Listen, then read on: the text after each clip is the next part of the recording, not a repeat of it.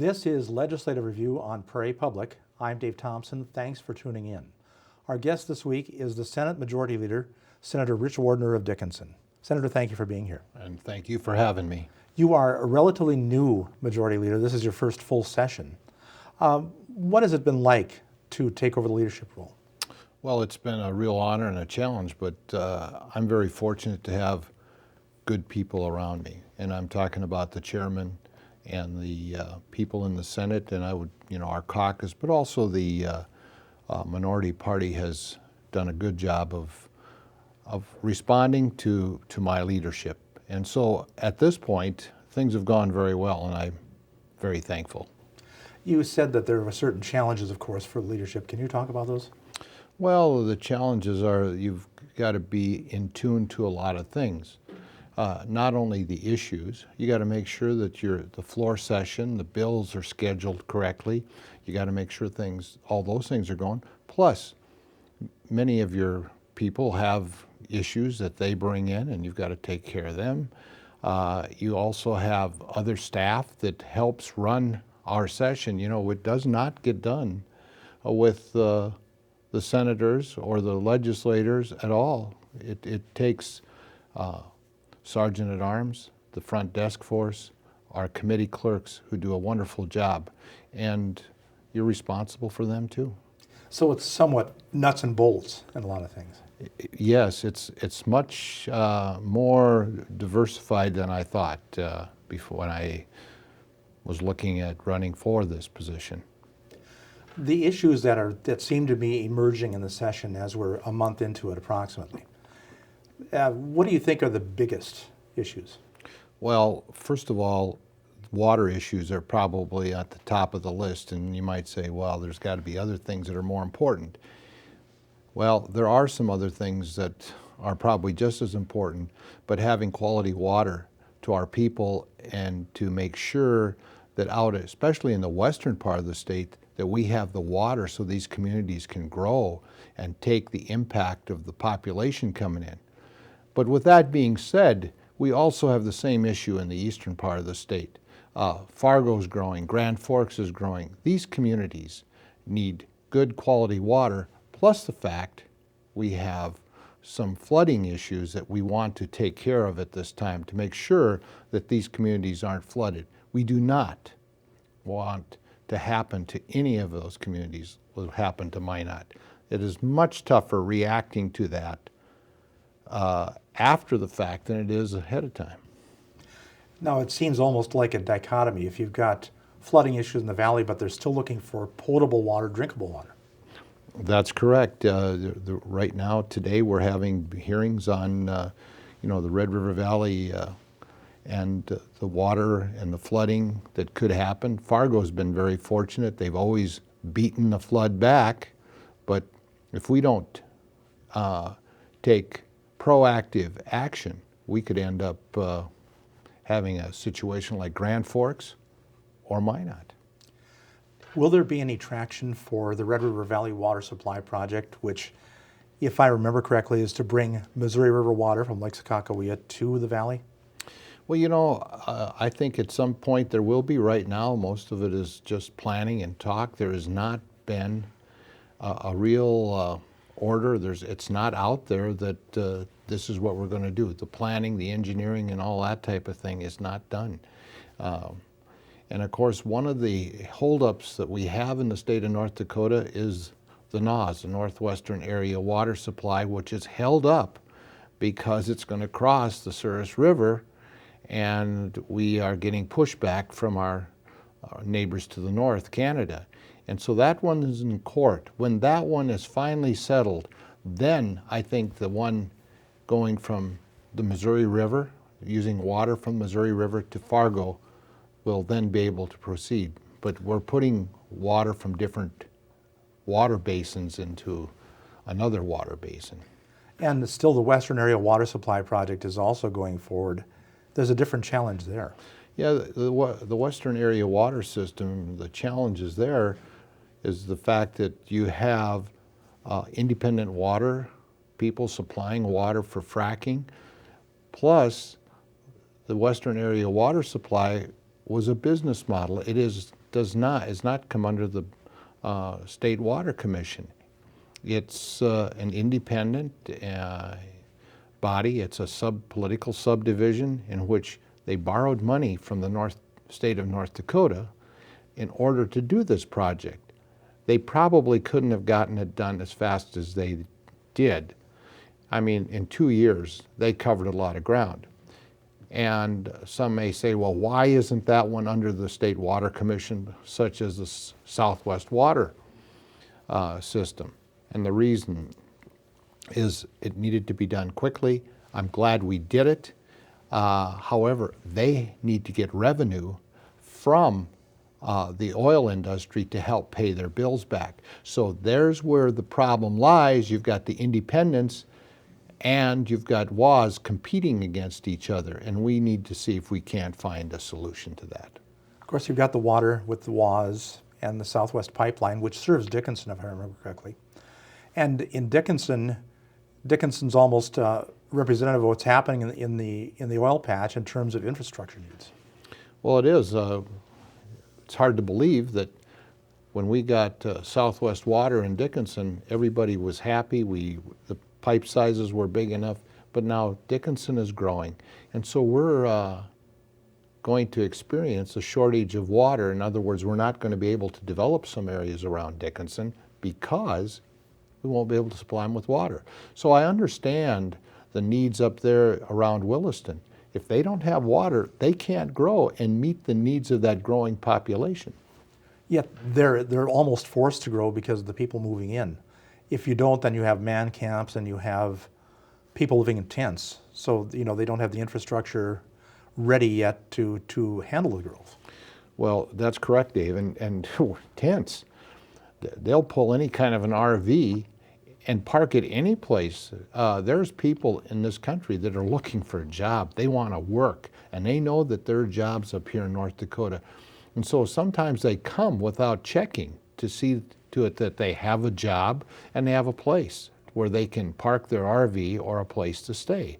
And, sometimes maybe their skills don't match up with what is needed out there in the oil patch, or there's some other reasons that it delays. And so you have them any place they can park to live.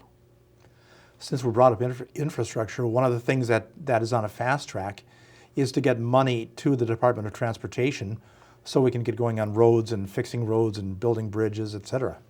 And that's correct. And we do have a bill that is on its way to the governor's desk, and it sends out $620 million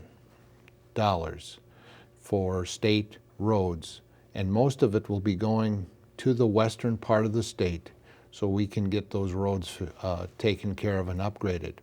And then there's another $100 million that will go to non-oil counties so they can get started. And that is so that they can bid the jobs. And a couple of the highways out there that need to be upgraded are Highway 85 and Highway 22. Those are north-south routes. And then you have Highway 23, which is kind of an east and west. And then further up between Newtown and Stanley, you have Highway 8. These roads need to be upgraded for safety in traveling. When did you first enter the Senate? I entered the Senate, my first session was 99. I was in the House for 4 sessions before. When you were in 99, did you ever think you'd see the development and the need for the infrastructure that you do in 2013? No, because at that time the price of oil was, less than $15 a barrel. We were trying to figure out ways to incentivize the production tax to get the oil companies to come back. And so, no, this is unbelievable what has happened. And it almost happened. It almost seems overnight, but really it did ramp up a little bit. You're right. I remember it started to ramp up in 2007. And then when we came back in 2009, we were quite optimistic about things. But when we left the session in 2009, it had dropped below the trigger and had been below the trigger price to kick on the incentives for over 4 months, and it almost triggered those incentives back on, which would have been disastrous for the state of North Dakota but it was within a day of doing that. And then from there on, it just started up again, and it hasn't stopped. So from 2009 until now, it just kept going more and more, although it's leveled off out there now. Now, the Republicans have introduced a bill this week. Senator Cook's name is on the bill, and you were at the press conference to talk about it, about doing some things with a restructuring of oil tax. Can you explain what you want to accomplish by that? Well, first of all, I think we want to make it so it's a little more stable. Right now, one of the provisions is the stripper properties. The stripper property exemption came in when we were drilling vertical wells, and the spacings were 160 acres. And if you drilled a well there and that well pumped and the production dropped below 15 barrels a day for an average that for over a year, it became what was known as stripper properties.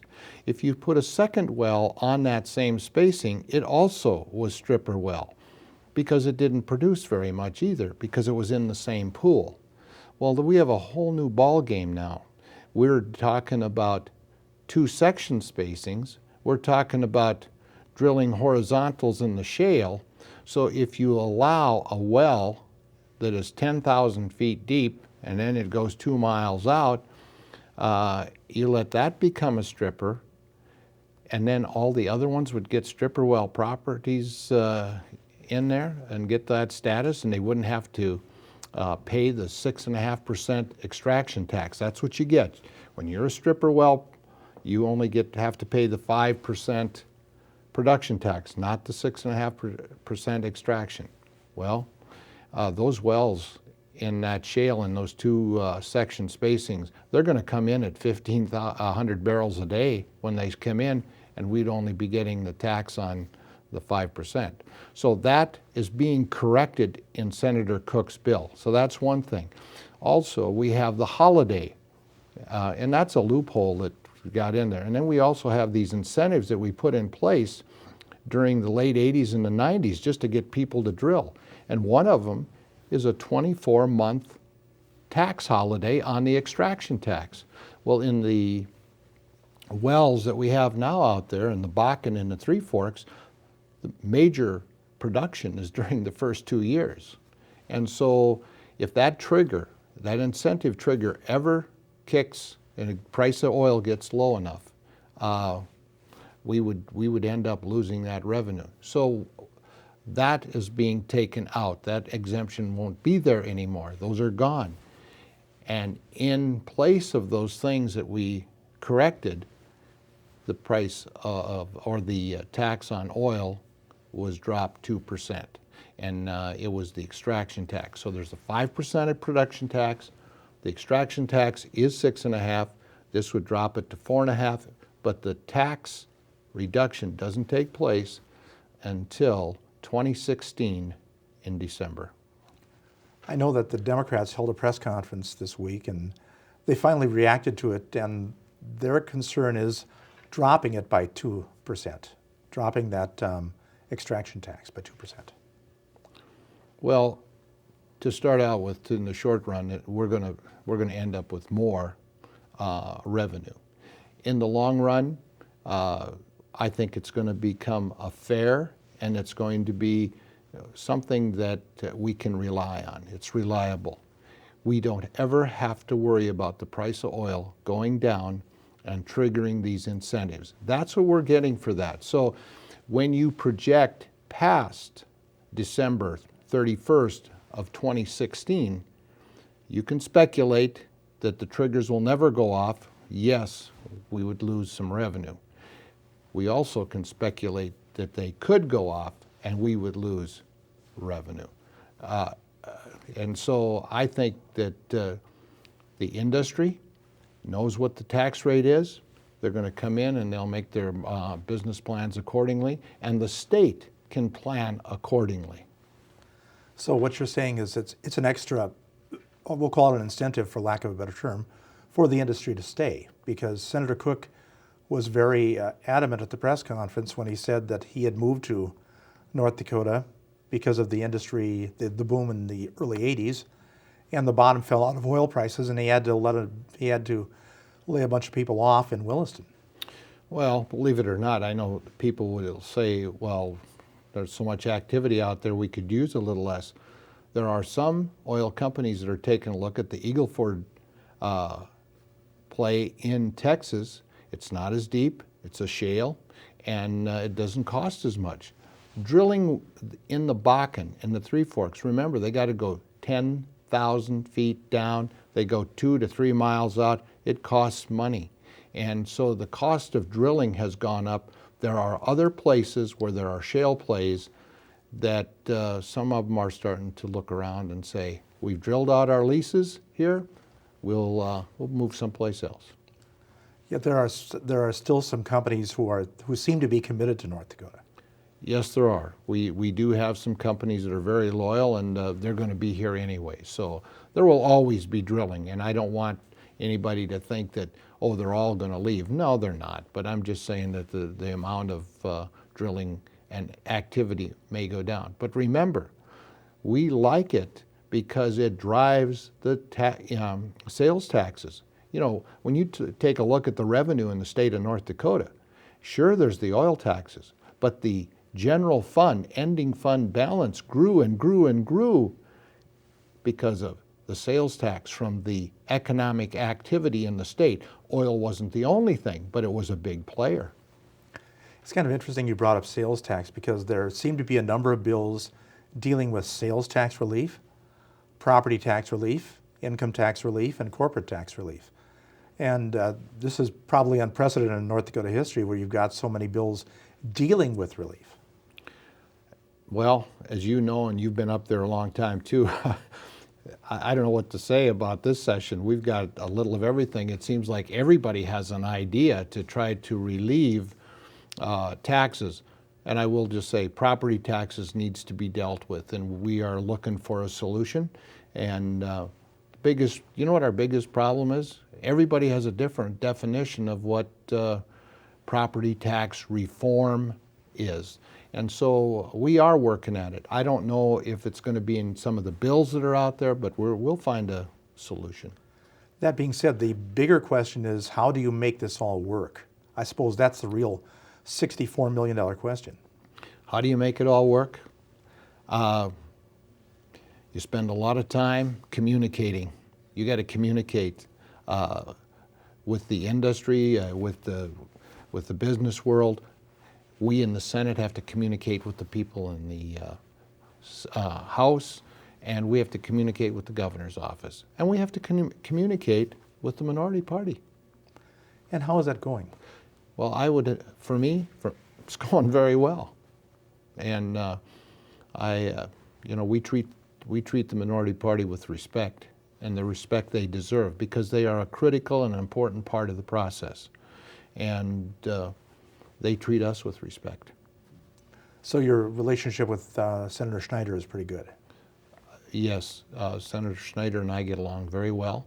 I realize that he's going to have difference of opinion on things, and that's okay. And just like Senator Cook's bill and that oil tax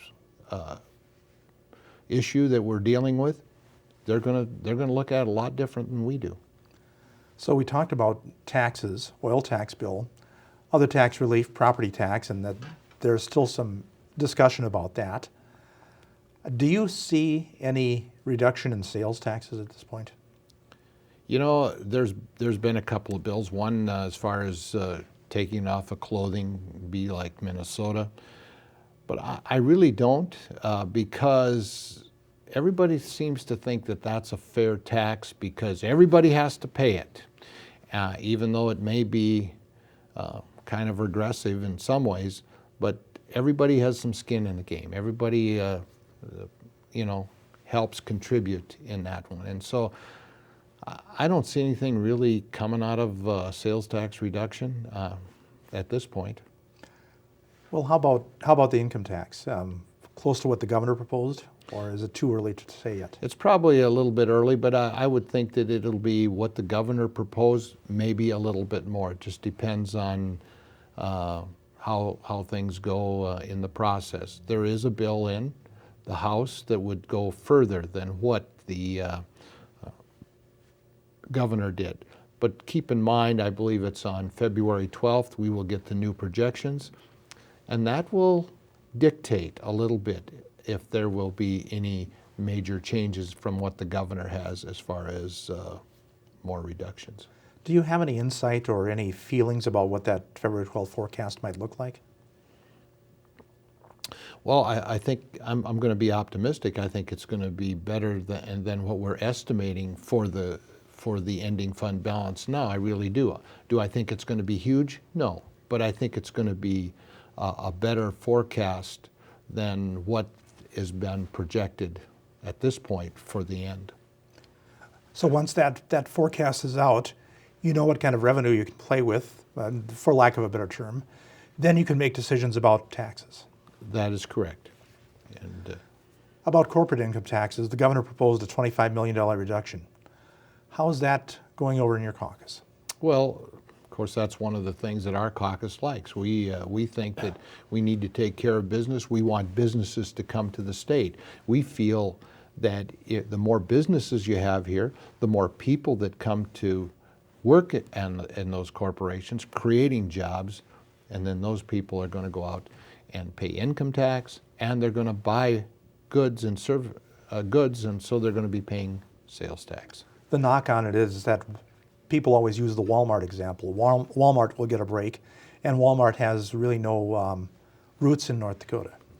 That's true, but our corporations do make a difference in our communities, and they do invest here.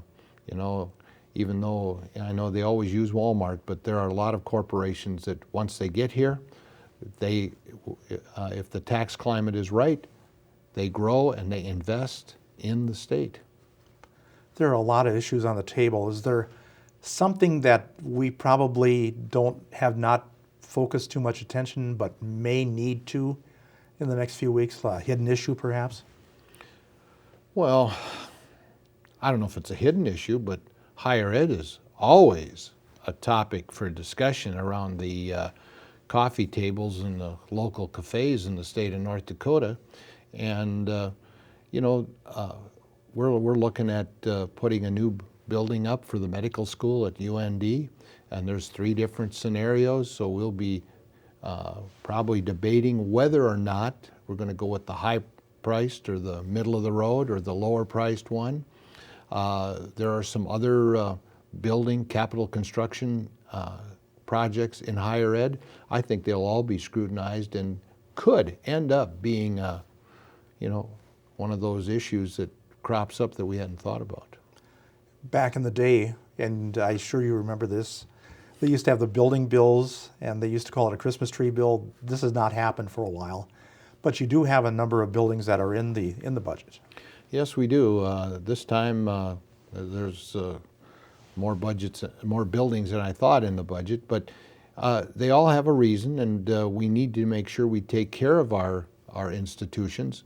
For example, the medical school, we've always had one. It's been providing medical doctors and stuff into our state, and I know that one of the arguments is, well, we educate them and they go someplace else. Even though that has happened, we still are getting more doctors than we normally would. And it's a place for North Dakota students can go to a medical school. They don't have to rely on going to another state and getting in. So you're thinking that one of the options might be good. Well, there's about a $65 million option. There's a $125 million option. $125 million is when you get rid of the whole medical school and start over and build a new one. And now some say that that's the best plan for the long run. That's the cheapest plan. The $65 or $67 million one, you would use the existing building and add on to it. In the moment we have left, in a couple of moments we have left, I do need to ask you about Dickinson State. Do you think Dickinson State has recovered from the situation with the foreign students and is back on track? Well, I don't think they've fully recovered. They're working at it. I know Dr. Costin is working to bring the university back to where it was. But when you go through something like that, it takes a little time to heal. And I would say they're on the upswing as far as healing, but to say that they are back where they were, they're not yet. Okay. But you feel confident they will be? I do. I really do. I don't have any questions about that. Okay. Senator, thank you very much. We're out of time. All right. Thank you. Our guest today on Legislative Review, the Senate Majority Leader, Rich Wardner from Dickinson. For Prairie Public, I'm Dave Thompson.